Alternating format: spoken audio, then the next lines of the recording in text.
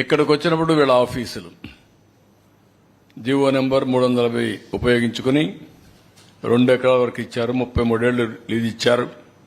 ఇందులో 40.78 ఎకరాలు మొత్తం భూమిని 26 జిల్లాల్లో ఇచ్చారు. నియర్లీ మార్కెట్ వాల్యూ ఇవన్నీ చూస్తే 300 కోట్లు ఉంటుంది. మార్కెట్ వాల్యూ కంటే రిజిస్ట్రేషన్ వాల్యూ అంత ఉంటుంది. ఇంకో పక్క వీళ్ళు ఏమనుకుందారు నాకు తెలియదు కానీ పర్మిషన్ లేకుండా బిల్డింగ్లు కట్టడం, బిల్డింగ్లు కట్టి ఇది తప్పు అంటే దాని మీద రౌడీజం చూపించడం. ఎక్కడికి పోతున్నారు నాకైతే అర్థం కావడం లేదు. అంటే భయం లేదు.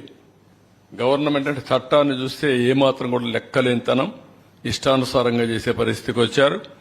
ఇంకొక పక్క construction in Tadepalli irrigation department చాలా స్పష్టంగా చెప్పారు ఇది ఇవ్వడానికి వీలు లేదు అని చెప్పినా